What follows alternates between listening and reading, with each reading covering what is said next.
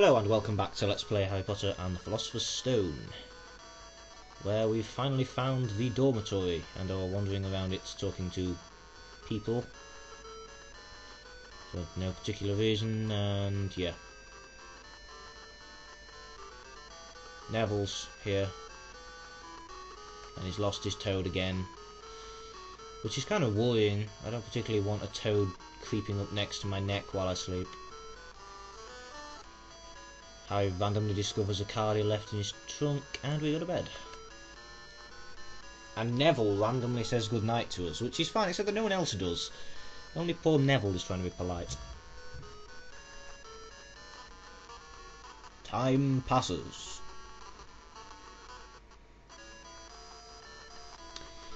And Ron hopefully informs us of our first class, which is potions.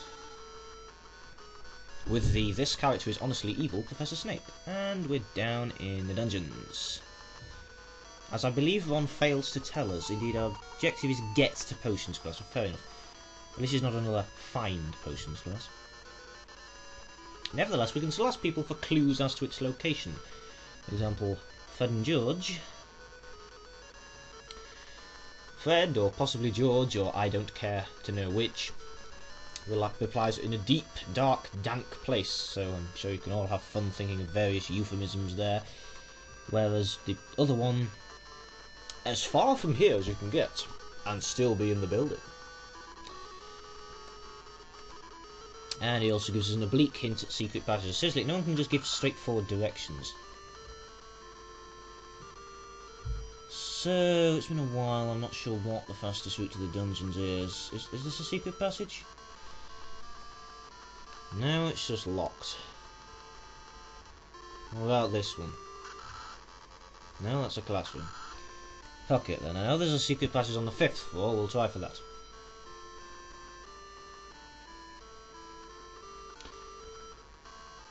Oh, and I believe there's another card combination we can get from the club.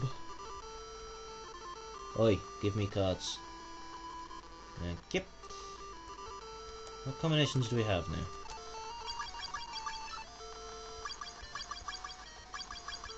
Not a great deal, but nothing we can actually use. Oh.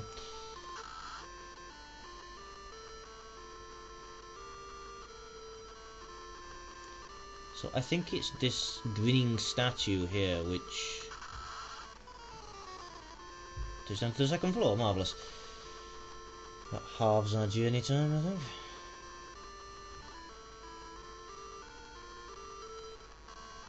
If they just install an elevator, it'd be so much easier.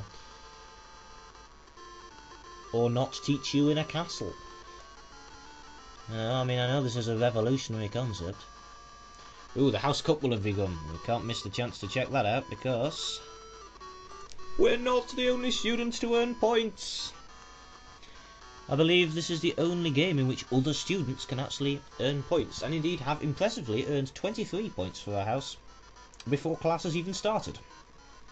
So yep, we start off winning the House Cup, and of course this is a Harry Potter game, so it'll probably continue that way. Although I do believe this is the only game in which a non-Gryffindor or Slytherin house can win the cup. There's a random element to it, it's quite interesting. Anyway, this is the potions classroom.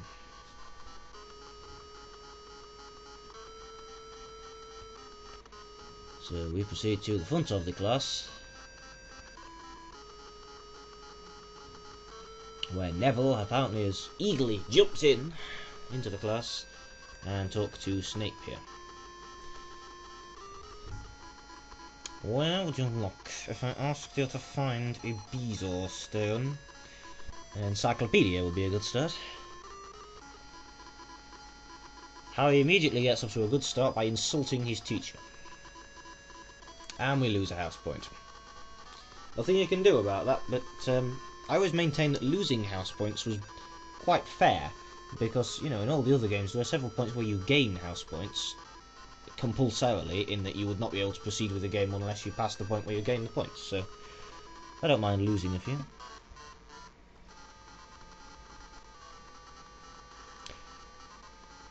At this point, Neville demonstrates it's probably a good idea not to get the clumsy kid on his first day at school to make a potion. I'll let you gather the potion ingredients to heal him, Potter. We'll just stay here and hum. I need to find 2 portions of beetle's eyes, 1 portion of snake fangs, and 1 portion of boomslang skin. I'm sure you'll be able to do that very easily. Anyway, in order to do this, we have to go see Hagrid, so off we go. To be fair, this is more educational than the random "you're going to be sent into a dungeon" challenges we've seen in other games. You know, we're learning how to make a what I presume to be a cure for a burn. That seems perfectly reasonable and pretty good thing to learn in your first lesson, I'd imagine.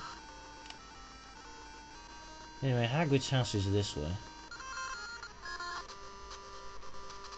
But first we'll fight our favourite enemy, the humble gnome, and you'll notice that rather annoyingly, sleeping hasn't healed us, which I forgot about, so yeah.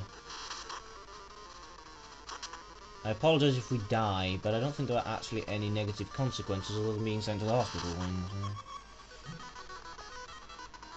How far are we from levelling up?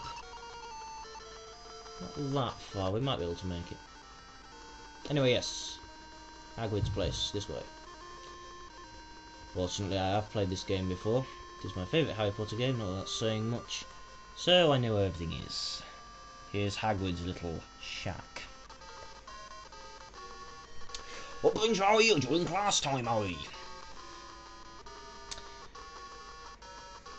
Well, sometimes you can find such things loose around the school grounds. I mean, it's terrible, really. You go for a walk in the grass and there's beetles' eyes everywhere. Someone really ought to clear them up. Now, whose job would that be? Definitely wouldn't be the gamekeeper's job. As for boomslang skin, I think Snape keeps some in his office, for some reason. Blah, blah, blah. Well, I'll help you look, but I've been busy spraying beetles out back, as you do. And I need a nap.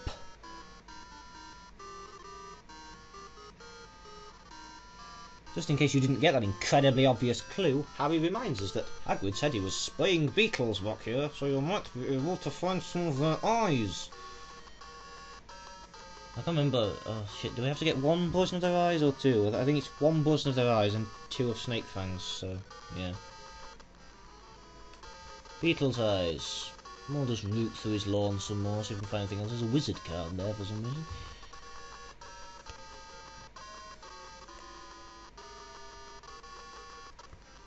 Hey, another portion of beetle's eyes. Well, I know we don't have to get more than 2, so...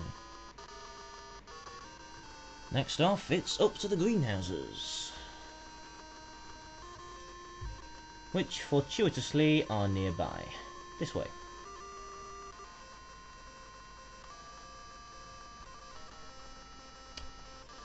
Blah blah blah, snake fangs. Help yourself, but be careful. Good luck against the hideous man-eating snakes. I'll just be over here watching you squirm. So yeah, this is the annoying part because we have to look for snakes. So I'm going to be fleeing from non-snake encounters, or at least trying to, in order to speed up the process. Unfortunately, a gnome has killed me. We respawn in the hospital wing, and there's no negative consequences except that you've been teleported to the 4th floor. I'm not sure if we've been fully healed. Yes, we have. Okay then, let's speed this up. Whee!